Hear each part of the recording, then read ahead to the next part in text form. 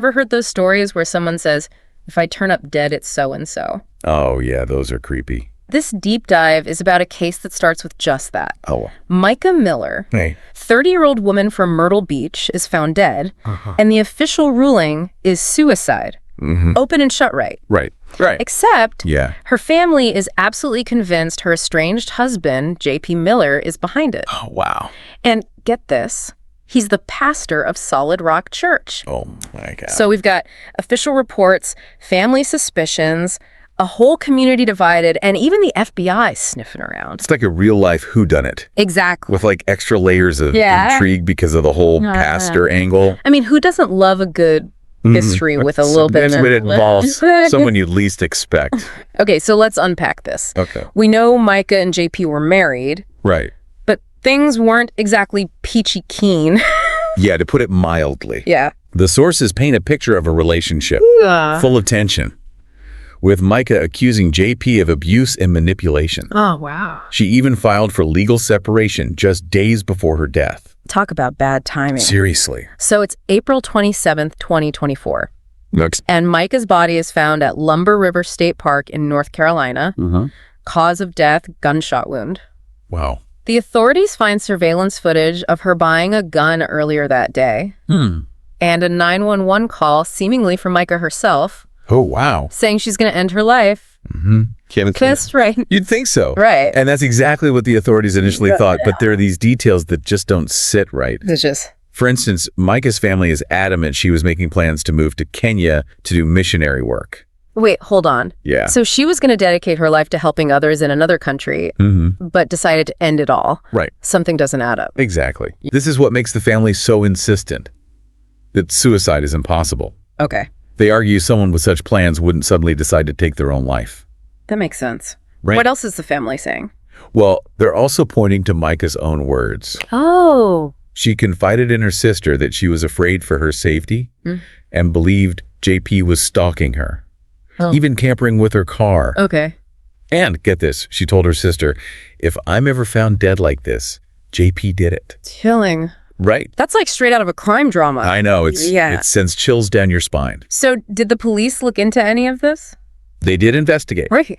The Robeson County Sheriff's Office confirmed that JP had an alibi for the day of Mica's death. Okay. He was apparently at a sporting event in Charleston, South Carolina, and returned to Myrtle Beach later that day. Case closed again. Not so fast. There's more. Oh, there's always more. I knew it. Remember how Mica suspected JP was tampering with her car? Well, she actually found a tracking device on it. No way. Yeah. Was that ever followed up on? We don't know for sure if it was investigated at the time, but this is where the case takes another wild turn. Okay. Months later, in November 2024, the FBI gets involved. Pulled up the FBI. Yep. What are they doing in a seemingly open and shut suicide case? That's the million-dollar question. Yeah. They searched JP's home, but haven't revealed what they were looking for. Oh, okay. This sudden involvement definitely raises some eyebrows. You think they found something that contradicts the initial suicide ruling? It's certainly possible. Remember, the FBI usually steps in when there's a federal angle. Right. Or when local authorities request assistance. Okay. Often in complex cases. Gotcha. Their presence adds another layer of intrigue to this whole situation. So we've got a seemingly solid alibi, a chilling premonition. Yeah. And now the FBI on the scene. Right. Things are getting complicated. Yeah. But it gets even crazier. Oh, no. On November 6th, 2024, JP is arrested. For Mica's death. Not for Mica's death, though. Oh, okay. He's arrested for assaulting a protester who was part of a group seeking justice for Mica. Oh, wow. This incident throws fuel on the already raging fire of suspicion surrounding him.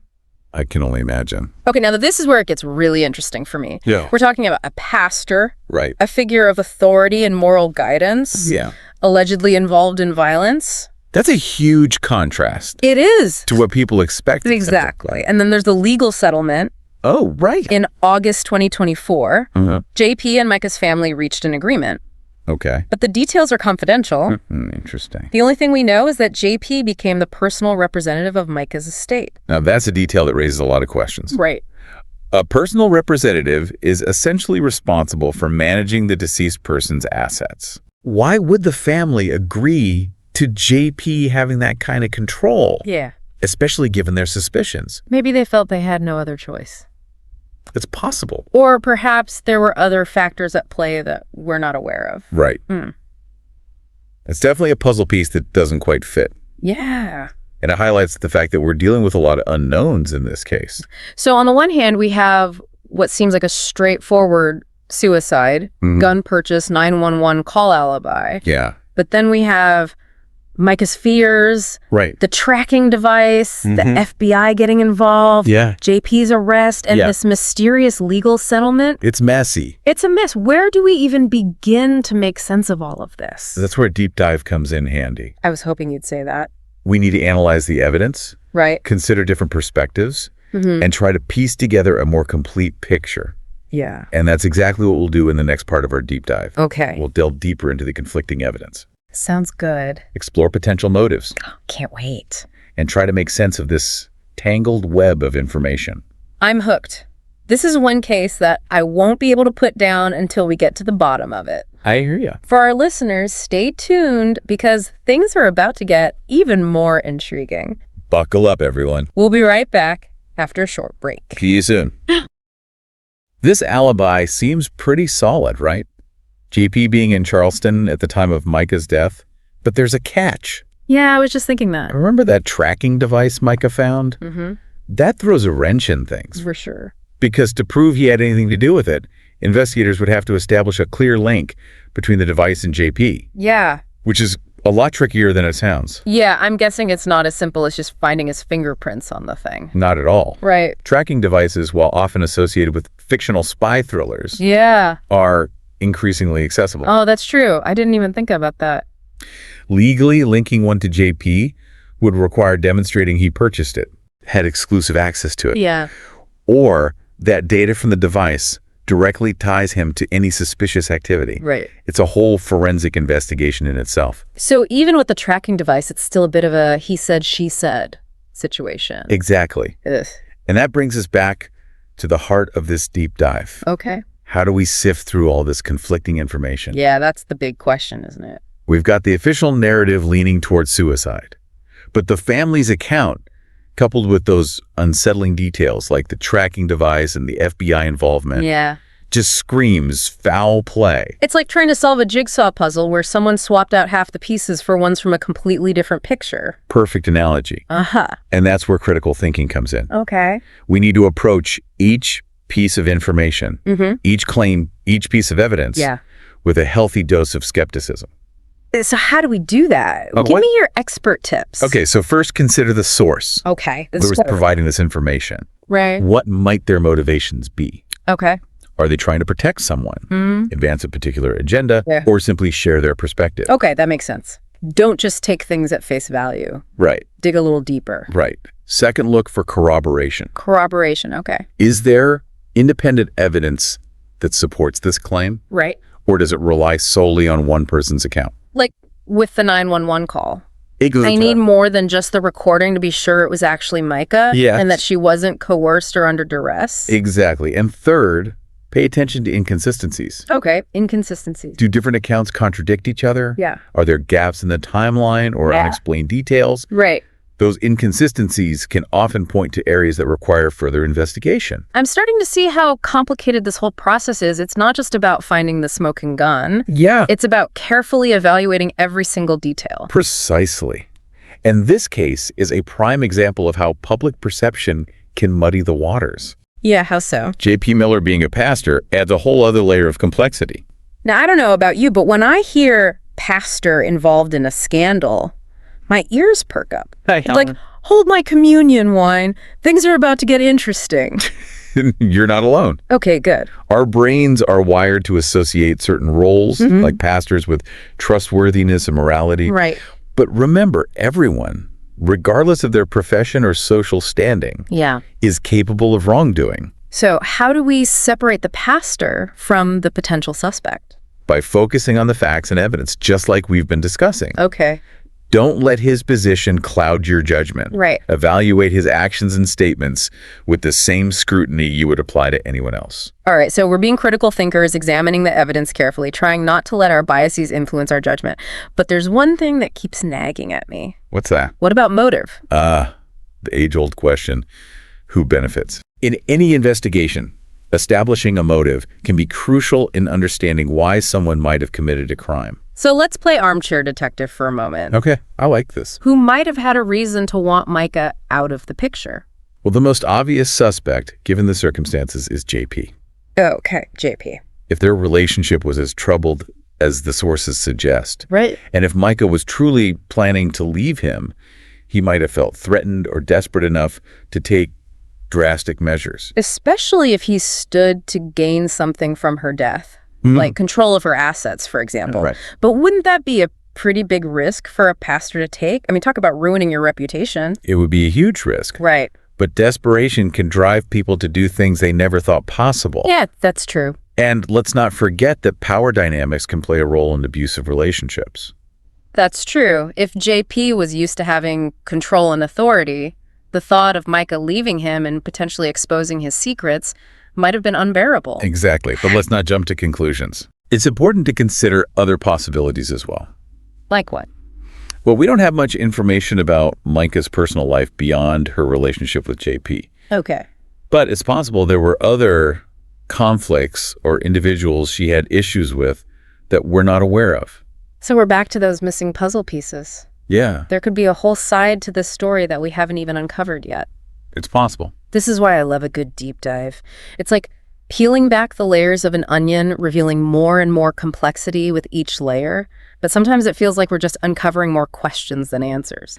That's the nature of any good mystery. True. And as we delve deeper into the remaining evidence, I have a feeling we'll encounter even more twists and turns. All right, I'm ready for the next layer of this onion. What else can we uncover? Well, there's still the matter of that legal settlement to unravel.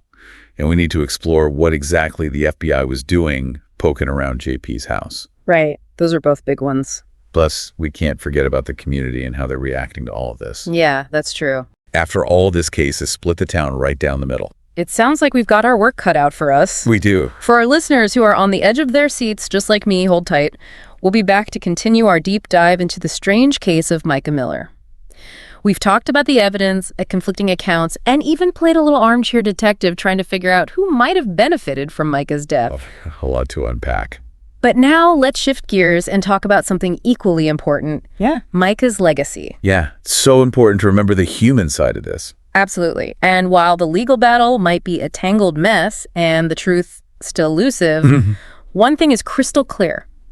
Mica's loved ones are fiercely determined to keep her memory alive and fight for justice. They haven't wavered for a second in their belief that Mica would never have taken her own life. Yeah, it's truly heartbreaking. They've been relentless in their pursuit of a thorough investigation, Yeah, I've seen them on the news. organizing rallies, speaking to the media, Uh-huh. and using social media to amplify their message. It's honestly inspiring to see their dedication. I agree. They're facing unimaginable grief, yet they find the strength to keep pushing for answers. Their courage is remarkable. And it's important to remember that their fight isn't just for Mica, You're right. it's for all victims of domestic abuse. Exactly. By speaking out, they're breaking the silence, Yeah. challenging the stigma, and encouraging others to seek help. It's like their pain is fueling this incredible drive to make sure something positive comes out of this tragedy, and you know what their efforts are making a difference. They absolutely are.